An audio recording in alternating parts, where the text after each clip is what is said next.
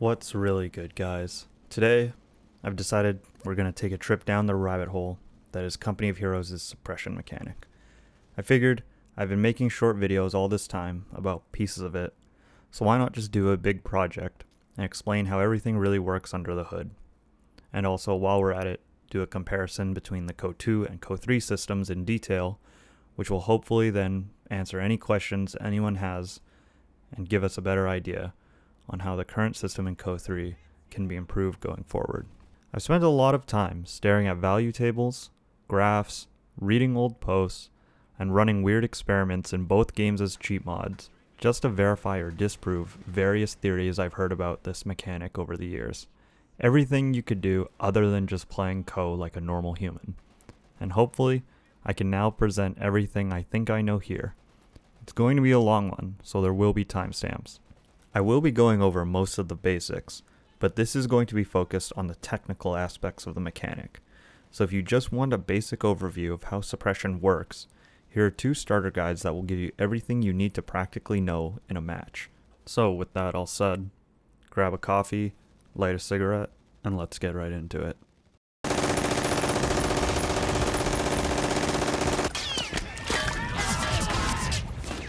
I've broken this video into 3 parts that will examine a different component of the mechanic and then draw comparisons between the two games. We'll start with suppression damage and how it's calculated, AOE suppression, and then finally suppression recovery. Let's get into it with suppression damage. To quickly go over the basics, suppression is a debuff that gets applied to a unit in Company of Heroes when it is fired on by a weapon or ability that causes suppression. These are its effects. -2 movement speed, and for context, most infantry squads have a regular move speed of 3.6, 4 times longer cooldown time between attacks, 4 times longer reload time, and a 0.25 accuracy multiplier, or in other words, a 75% penalty to the unit's accuracy. Get suppressed for long enough, and the unit becomes pinned, which immobilizes the unit and disables its weapons and abilities. Basically, all it can do at that point is retreat or stay and soak up bullets. I'll quickly add though that in CoH2, a pinned MG team wouldn't have its weapon disabled. Rather, it would just incur further accuracy and cooldown penalties, and lose the ability to suppress. Except for the Dushka for some reason. This is something that doesn't happen in CoH3. Now that the basics of what suppression does are out of the way, let's get into the math. Each unit that can apply suppression, machine guns, planes, some vehicles, and other units with special abilities, has a stat called suppression amount that it deals per shot. In the stat tables, it's shown as a decimal, but I'll be expressing these values as percentages. Every suppressible unit in the game has an invisible suppression meter that can fill up to 100% as it takes suppression damage. And when this damage hits certain thresholds, the unit becomes suppressed, and then pinned.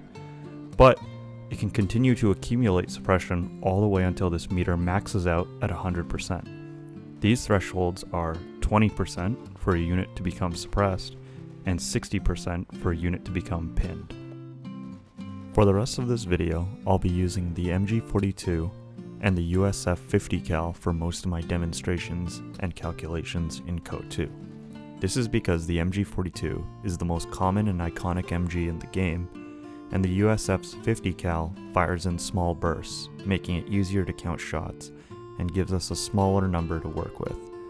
In CoH3, it'll mainly be the MG42 again, and the USF 30 cal just for consistency. I will mention the specific quirks of other MGs when and if they become relevant, but for now rest assured that you can apply anything I say here to the other MGs in the games. The only difference will be the stats being used in the calculations. So, to find how much suppression is dealt in each attack, we need to look at 3 stats: the unit's rate of fire, its burst duration, and its suppression amount. The 50 cal at far distance, which is the range I'll be using since it has the shortest burst, has a rate of fire of 4 shots per second, and a burst duration at far range of 1.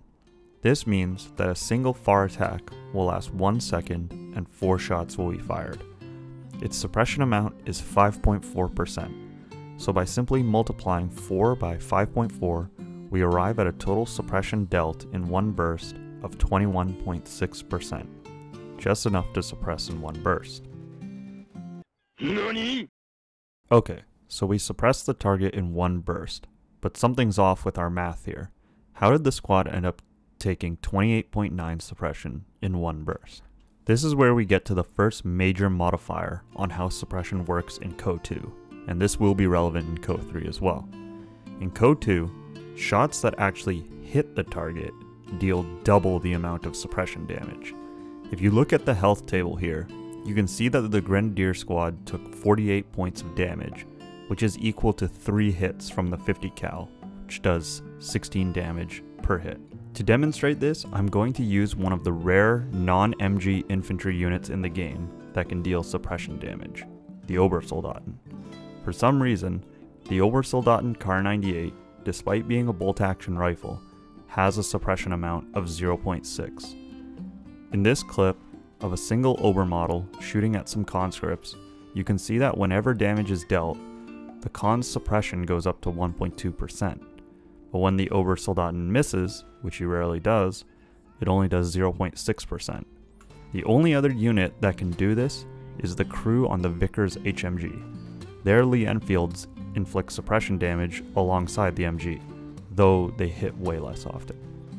So now we need to add another piece to our formula. Suppression equals rounds fired times suppression amount plus hits times suppression amount. Plugging in the 50 cal stats and our 3 hits, we get 37.8. But now this is too much. What else are we missing? This is where I'll introduce the defensive buffs of being suppressed. Everyone is familiar with the debuff of being suppressed because it sucks. It feels bad to see your units just be rendered helpless, barely able to fight back. It's probably one of the most frustrating things to deal with as a new player. However, it isn't all bad for the unit. When suppressed, squads become twice as hard to hit, and they receive half the amount of suppression damage. Essentially, once they hit that 20% threshold and hit the deck, any suppression damage that comes their way afterwards is cut in half. This makes sense realistically and visually. Guys who are crawling and keeping their heads down should be harder to hit. These buffs are increased even further when the squad becomes pinned, giving them a 0.25 multiplier to received accuracy and a 0.1 multiplier to receive suppression damage. Essentially, all incoming suppression damage is reduced by 90%. However, you should also keep in mind that once a squad has been pinned for about 10 seconds, they lose all of their defensive buffs and start taking damage normally.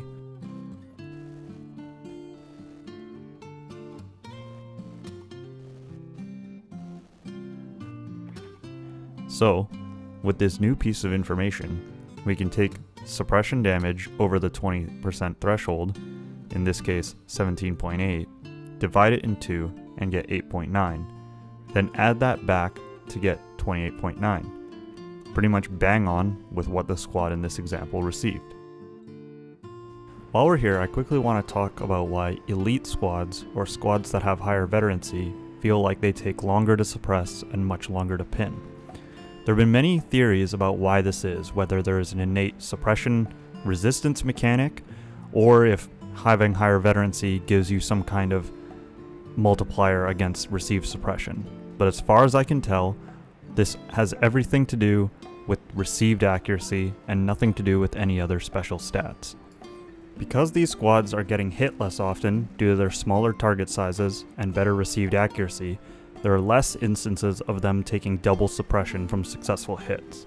They will still always be suppressed in one full burst, even if every shot somehow misses, because the math on every MG shows that, at a minimum, their full burst will reach the 20 threshold. The benefit of this, however, is that that extra half second it takes for the squad to reach the 20% when they aren't being hit could be the difference between being able to crawl out of the arc after the MG opens up, or being pinned.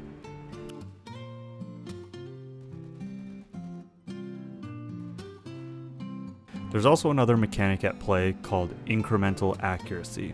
which gives your MGs bonus accuracy when firing at bigger squads or tightly packed blobs.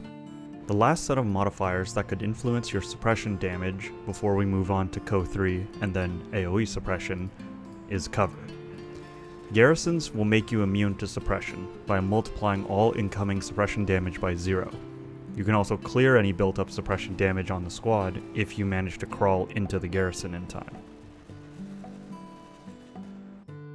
Yellow cover provides a 50% reduction to incoming suppression damage on top of a 50% reduction to received accuracy. This is why you'll sometimes see MGs fail to suppress on the first burst against units in yellow cover if they miss all of their shots. Once they do suppress a target, it's rare for them to be able to pin them on their own, because they just aren't doing enough suppression damage once you factor in the reduction from being suppressed plus the reduction from being in yellow cover now, and the fact that the target is now also harder to hit. Sometimes the squad will actually be recovering their suppression damage faster than they are receiving it when in yellow cover. And lastly is green cover.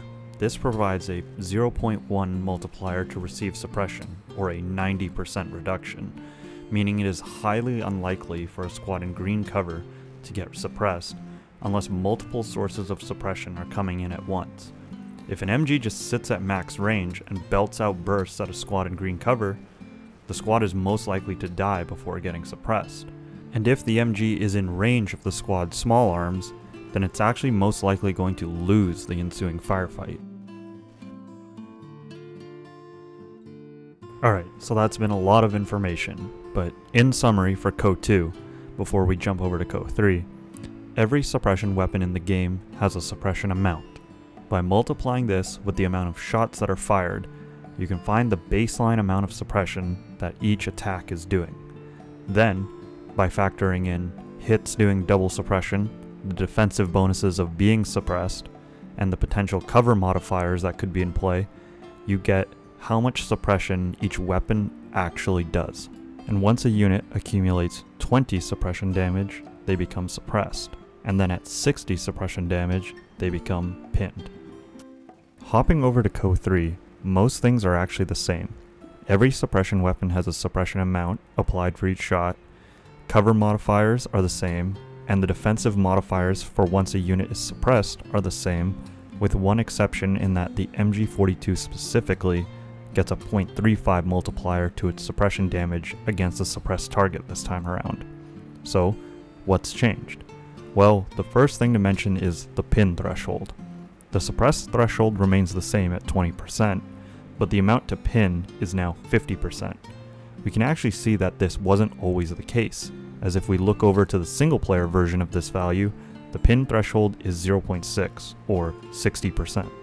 I'm 99% sure that this was changed in patch 1.1.4, the patch that made MGs good. In the patch notes, it's noted that units will be pinned about 17% faster. Well, reducing the amount of suppression damage it takes to pin from 60 to 50 is a 16.67% reduction, so this changes how Relic achieved that. But the far more important difference is that in CoH3, there is no longer a difference between hits and misses when it comes to applying suppression. No more double suppression for hits. Every shot applies the unit's suppression amount, and this is stated to be the case in the notes for the value in the mod tools. This is why in CoH3, you'll find that suppression and pin times are actually very consistent. Every squad, regardless of veterancy, target size, squad size, or elite status, takes suppression damage at almost the exact same rate, assuming there is no break in the bursts, with the only variables being the suppression damage for each faction's MG, and whether or not the MG will decide to switch targets and traverse the gun mid-attack. It's why this sniper, a one-man squad with a target size of 1.5,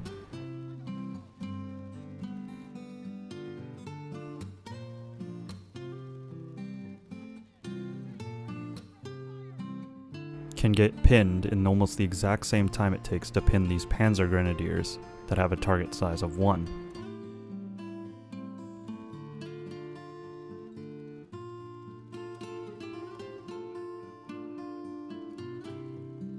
And these elite Vet3 Stoßtruppen can get pinned in almost the same time as both of them.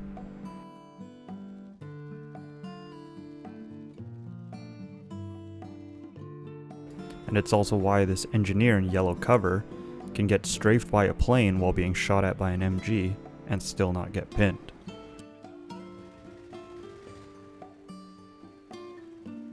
For comparison's sake, this is how fast cheap mainline infantry with large target sizes get pinned versus elite vetted up infantry in CoH2.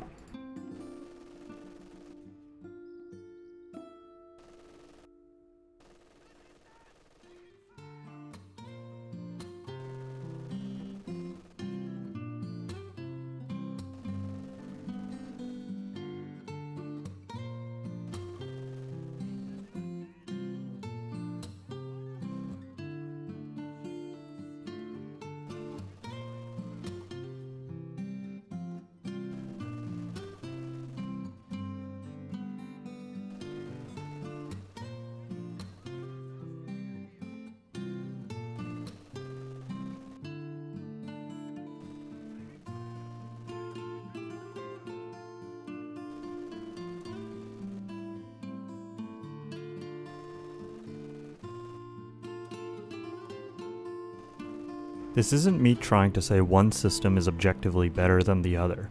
Some people might like the consistency of CoH3's system as they get frustrated by RNG.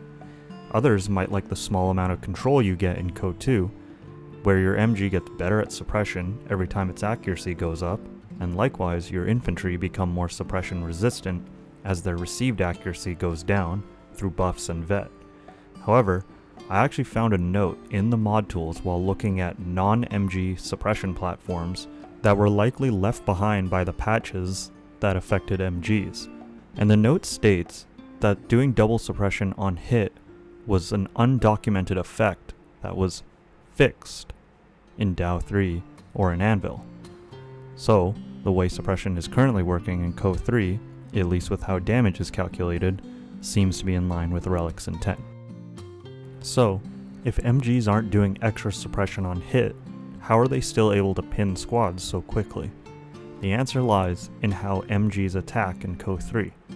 If we take the MG42 stats and run the math on it, we find it has a rate of fire of 20 rounds per second and a far burst time of 4.25 seconds, meaning that it fires 85 rounds per attack at far range, which is over 3 times the amount CoH2's MG fired in a single burst.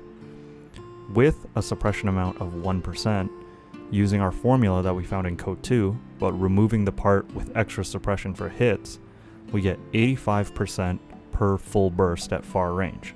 Then, we take everything above 20, multiply it by 0.35 or reduce by 65% to account for the suppression penalty the MG42 specifically gets for shooting at an already suppressed squad, and get 22.75. Then we add that back in to get a total of 42.75 by the time the MG42 has finished its first burst. We don't have suppression monitor in CoH3's cheat mod, but knowing all of this, if our math is correct, the target should be suppressed after about 1 second and then get pinned about 2 seconds after the second burst starts.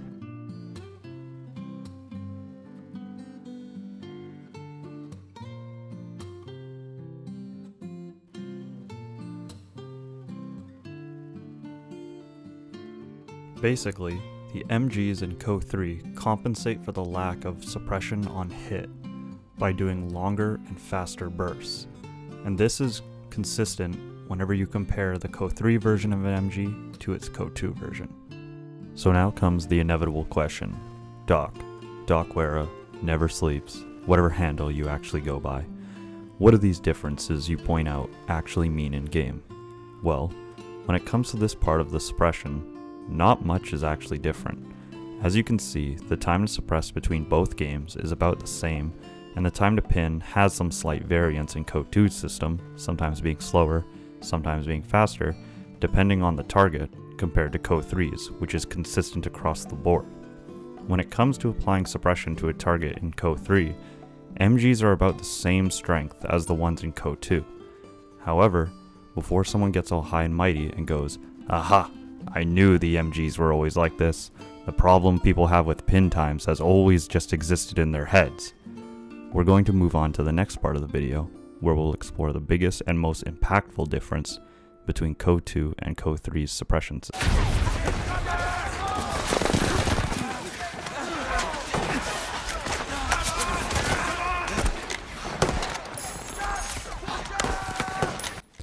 AOE suppression is what allows for a single MG to suppress multiple units that are clumped up within the same area. It loosely simulates how MGs are employed as area suppression weapons in real life that can cover multiple targets within what is known as a beaten zone. In Company of Heroes 2 and 3, each MG has a separate stat for how much suppression it inflicts as AOE suppression, which is usually lower than the suppression amount being inflicted to the primary target. Each MG also has a set radius, which determines how wide the net of the AOE is cast. I made a short video explaining how this radius works, but the TLDR is that the radius originates from the model being shot at. It doesn't radiate from the target squad's center point, nor does it get bigger when firing at bigger squads. The radii in CoH2 varied from MG to MG, the smallest being the Dushka with an AOE suppression radius of only 10. The MG42 was sitting in the middle with a radius of 13.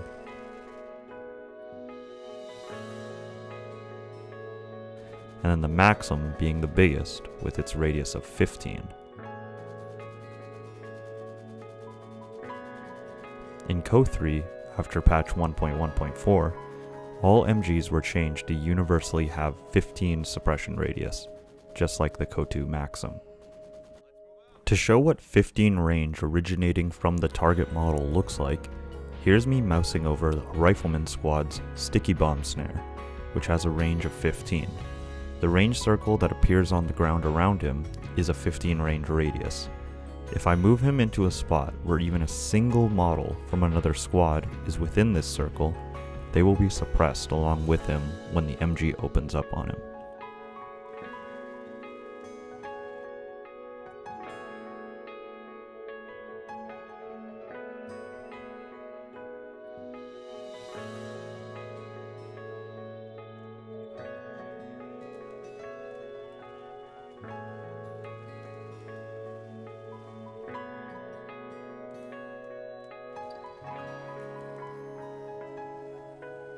So let's get into how each game applies its AOE suppression.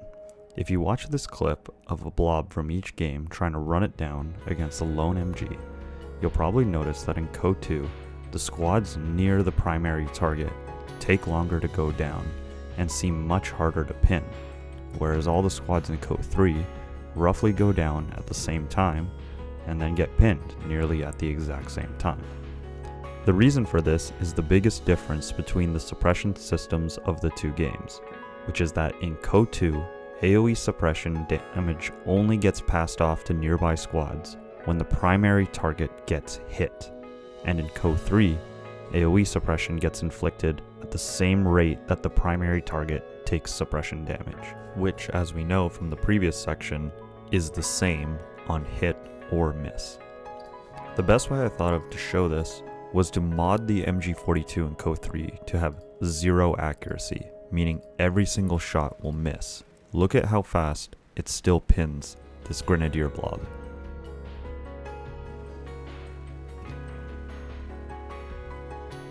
Now compare that to this MG34, which has been modded to have a 100% accuracy.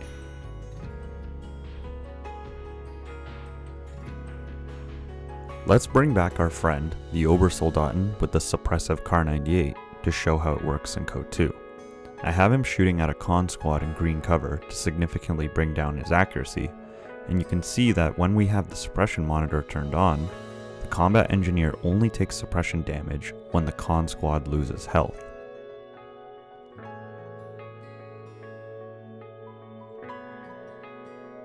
Or this MG42, which is missing the vast majority of its shots due to shooting at a Vet 3 conscript squad in green cover. Therefore, the nearby combat engineers are getting very little suppression passed on to them. This is where I'll segue into the issues both games have with how Suppression AOE interacts with cover. In the previous section, we showed that cover provides defensive modifiers against incoming suppression damage. However, for whatever reason, in CoH2, these defensive buffs do not protect squads from AOE suppression, meaning that if you, or a teammate, have an out-of-cover squad near a squad in green cover, the MG can target the squad in the open to suppress both at the same time, which potentially opens the door for revolutionary vectors and griefing in team games. Over in CoH3 though, we have the exact opposite issue. Green cover does protect from AOE suppression, so squads in the open being suppressed won't have any effect on squads in green cover, so long as the cover is between them and the source of the suppression. Now, however, because AOE suppression in CoH3 is applied whether the primary target is getting hit or not, this means that shooting at a squad in green cover will still project AOE suppression around the unit and cause all the nearby out-of-cover squads to go down. So now, let's summarize what we've covered here. In CoH2, AOE suppression is only inflicted on nearby squads when the MG is actually hitting its target. Essentially, in-game, this means that AOE suppression only occurs when the MG's main target takes damage. This results in way less suppression AOE occurring overall, and makes it harder to pin multiple squads at once with one MG, especially once the defensive buffs start stacking on the main target. In CoH3, AOE suppression is passed on to nearby squads every time the main target receives suppression damage, whether it was from a hit or a miss. This results in AOE suppression being applied at the same rate as the main target, which results in every unit within the AOE going down and then getting pinned at roughly the same time. I want to emphasize that in the current version of the game, this is the #1 difference between CoH2 and CoH3's suppression systems. It's not that CoH3's MG suppresses in one burst, because they always did that. Nor is it the pin speed, because as we saw in the first part, aside from some variance in CoH2, that is also relatively the same. It's the rate at which AOE suppression is applied within the radius that creates such a stark difference in the performance of MGs between the two games. Now, with that said, let's get on to our last part.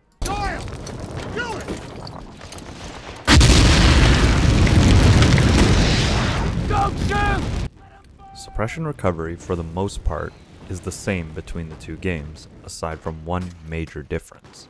I also want to use this section to issue corrections to statements I've made about how Suppression Recovery worked in the past, now that I have a better understanding of the system from doing research and tests for this video.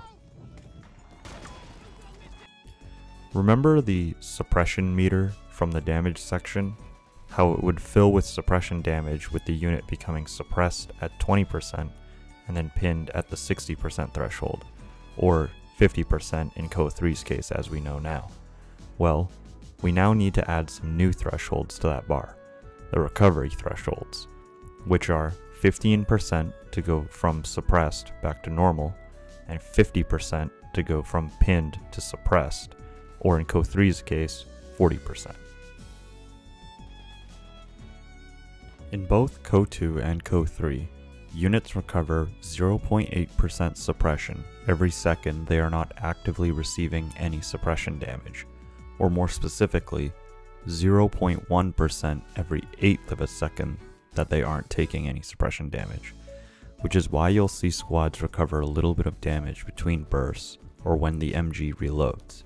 And once the defensive buffs of suppression begin to add up, they potentially will be recovering more in between bursts than what those bursts are inflicting. This recovery rate is multiplied by 500 when in a garrison, which is why your squads clear their suppression so fast when getting into a building. Regular cover also speeds up your recovery rate, 2.5 times when in yellow cover and 5 times when in green cover. This adds to why it's so difficult to pin a squad that's in yellow cover and even suppress a squad which is in green cover. Not only are they receiving less suppression damage, they're also recovering more between bursts. But, as you've already seen in-game, and perhaps in a previous video of mine, you might know that there is another part of suppression recovery at play here. A condition that can cause your squads to almost immediately clear all their suppression and get back up. This is the non-combat recovery multiplier. In CoH2, if a suppressed unit was out of combat for 7 seconds, their suppression recovery would be multiplied by 50, basically clearing whatever suppression they had built up in the next 1 to 2 seconds. To be considered out of combat, a unit just had to not be getting shot at. It didn't matter if they were attacking. So long as nobody was shooting at them for 7 seconds, they'd receive their recovery bonus. This is where I need to revisit my 2 previous videos on the topic of suppression and correct something I said about suppression recovery. In those videos, I said, even back in CoH2, if a unit such as a conscript or a combat engineer was missing most of its shots and doing no damage, it would barely contribute to the suppression either. Bring back CoH2's style of suppression. With smaller AoEs, but your infantry now have the ability to keep a squad down with their small arms after the MG switches targets or stops shooting. While what I said in those videos was technically correct, in that attacking suppressed squads in CoH2 would keep them suppressed for longer, it had nothing to do with other units doing suppression damage or contributing to the suppression. As I showed in part 1, there are only 2 infantry units in CoH2 that actually do suppression damage with their small arms auto attacks, the Obersoldaten and the Vickers MG crewmen. What was actually going on in CoH2 was what I just showed. Shooting at a suppressed unit would keep them flagged as in combat, therefore preventing them from receiving the suppression recovery multiplier. This had nothing to do with accuracy or inflicting damage. Just shooting at a target to keep it flagged as in combat was all that needed to happen. So now, let's talk about CoH3 and the major difference with its recovery system and how it treats combat and non-combat states. Up front, I'm going to say that in CoH3, regular suppression recovery rate of 0.8 per second is virtually irrelevant, along with all the multipliers that affect it. The only thing that matters is the non-combat suppression recovery multiplier and how long it takes for that to kick in. In CoH2, as we just saw, a unit being attacked by literally anything would maintain its in combat flag.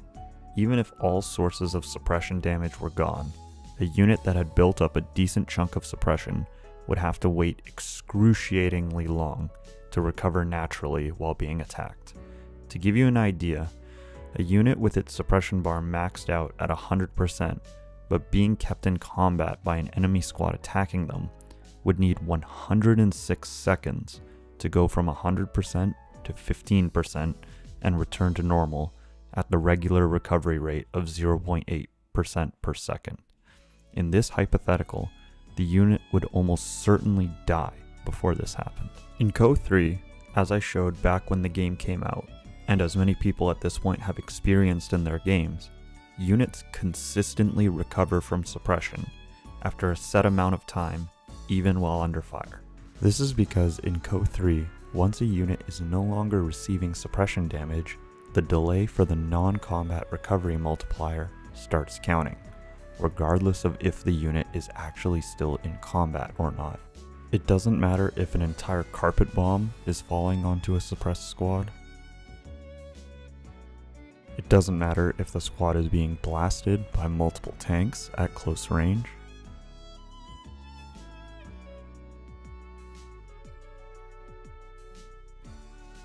Nor does it matter if the unit is surrounded and being sprayed at point-blank range with SMGs. No incoming suppression damage equals non-combat for the purposes of starting the clock on the bonus recovery kicking in. Unlike in CoH2, CoH3's suppression recovery is essentially a yes or no function that follows an extremely simple flowchart. This is why I said that the normal recovery rate and any multipliers that might affect it in CoH3 is irrelevant in the vast majority of scenarios, because the game only cares if the squad is taking suppression damage or not. If it is, then the recovery rate doesn't matter, and if it isn't, well, the non-combat multiplier is going to kick in and clear all the suppression damage faster than the recovery rate will anyways. This is why you get this effect where multiple squads all seem to pop back up at the same time, regardless of if they're pinned or suppressed at 100% suppression damage or 30%. Relic at some point must have realized that without CoH2's system where keeping a unit flagged in combat by attacking it would slow down its recovery, CoH3's units were recovering from suppression too fast, which is why in the first major balance patch of the game, they made it so that squads would take 3 seconds longer to recover. What this translated to in-game was increasing the delay of the non-combat multiplier from 7, like it was in CoH2, to the 10 seconds that we have now. So to summarize the key points of this final section, in both games, units recover 0.8% suppression damage every in-game second that they aren't taking suppression damage. The threshold for going from suppressed to normal is 15%. The threshold for going from pinned to suppressed is 50% in CoH2 and 40% in CoH3. In CoH2, after 7 seconds of a unit not being attacked, they would get a non-combat multiplier of 50 to their recovery speed. In CoH3, the multiplier kicks in after 10 seconds of not receiving any suppression damage, regardless of the combat state.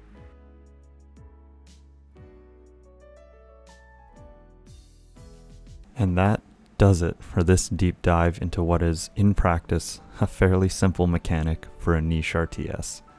Thank you to everyone who watched the full video, and to anyone who just skipped around and found themselves here at the end, I still love you too. Before I close out, I want to shout out the Reddit user Paladongers, who did a big write-up on the math of CoH2's suppression system over a year ago. You might have seen me show it briefly in the intro, but reading that post saved me so much time by figuring out all the math at play in CoH2's suppression system without me having to find it myself with hours of experimentation. There's potentially still way more I could have gotten into, but this was already long enough, such as how incremental accuracy works and affects suppression times by making the MGs hit more often while shooting into a blob, or how being suppressed and pinned interacts with abilities that activate out of combat in CoH3. But that's potentially a video for another time, because as of posting this video and recording this outro, in less than 24 hours, Relic will be doing a stream to show off the changes for the next big balance update. So for all I know, everything in this video could be totally obsolete and outdated in less than a full day after anyone sees it. But I decided I had already done all this work, and I may as well post it for the sake of knowing how things were, and if that becomes the case, I plan to experiment and show off what changed and how things work, and I can compare it back to this video. With that all said, thank you as always for your attention.